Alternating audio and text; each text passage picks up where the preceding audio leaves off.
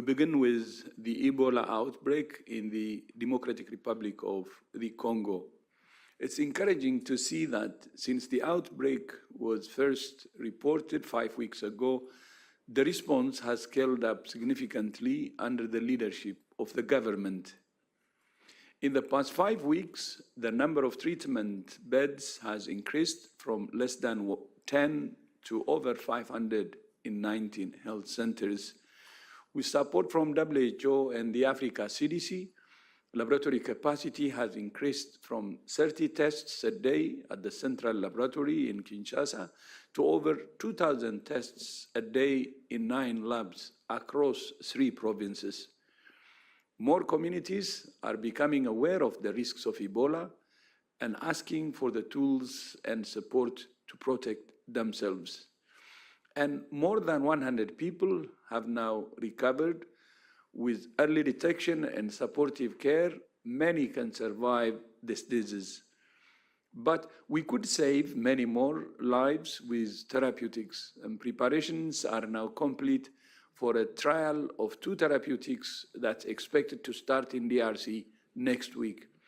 The trial will evaluate whether 2 antivirals, MBP134 and remdesivir, can help to reduce mortality in patients with Bundibugyo virus disease, alone or in combination. We thank the United States and Gilead Sciences for donating doses of the trial.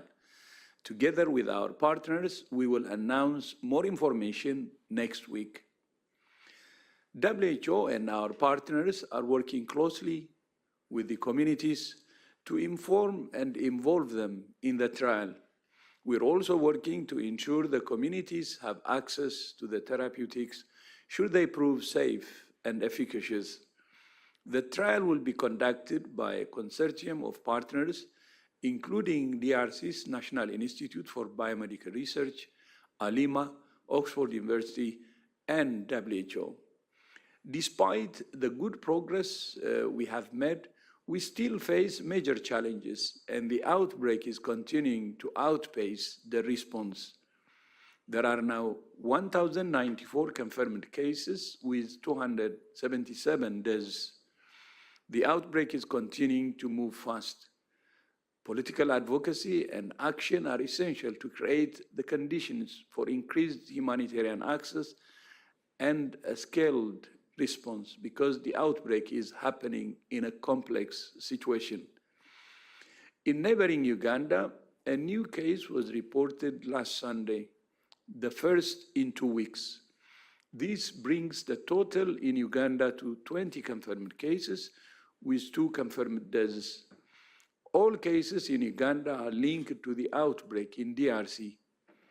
Today, France reported that a health worker with the NGO Alima, who returned to the country after caring for an Ebola patient in DRC, tested positive for the virus and is now being monitored and receiving care.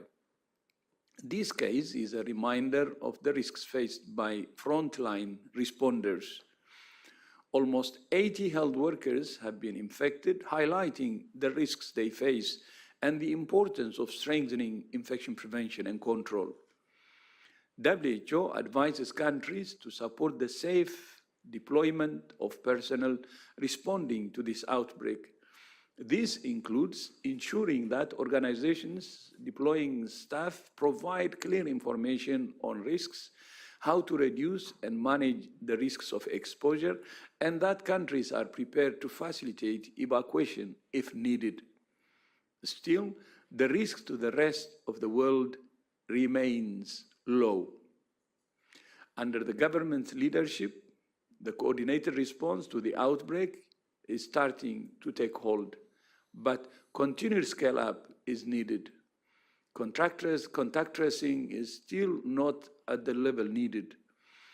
Capacity at treatment and isolation centers is insufficient. Safe and dignified burials remain a major challenge.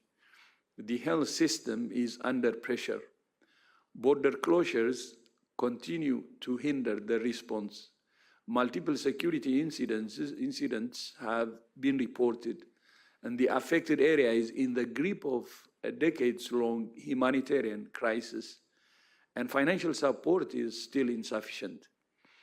Earlier this month, WHO and the Africa CDC announced a joint continental preparedness and response plan that reflects the funding needs of partners with an ask of $518 million. Next week, the first financial reporting on pledges and commitment to the plan are expected to be available, providing a clear understanding of gaps and needs. Now to the outbreak of hantavirus. The total number of cases from the hantavirus outbreak remains 13, including 3 deaths. In all, more than 650 contacts have been identified and followed up by local health authorities in 33 countries and territories.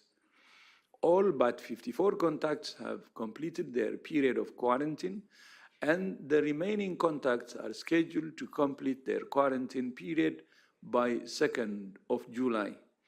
If no further cases are reported by then, WHO will consider the outbreak to be over.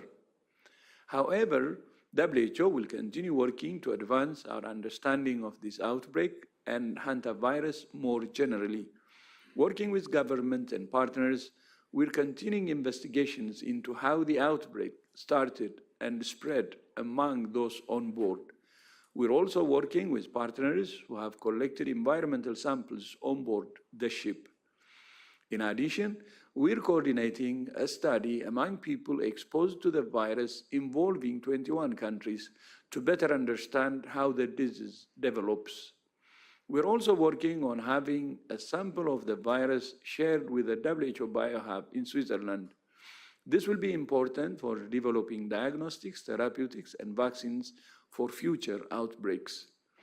I thank all countries that have contributed in different ways to the response to this outbreak, with special thanks to the leadership and solidarity shown by Spain, especially to Prime Minister Pedro Sanchez. I also thank Captain of the MV Hondius, Captain Jan Dobrogowski, his crew, and all passengers for their cooperation in what has been a very difficult situation.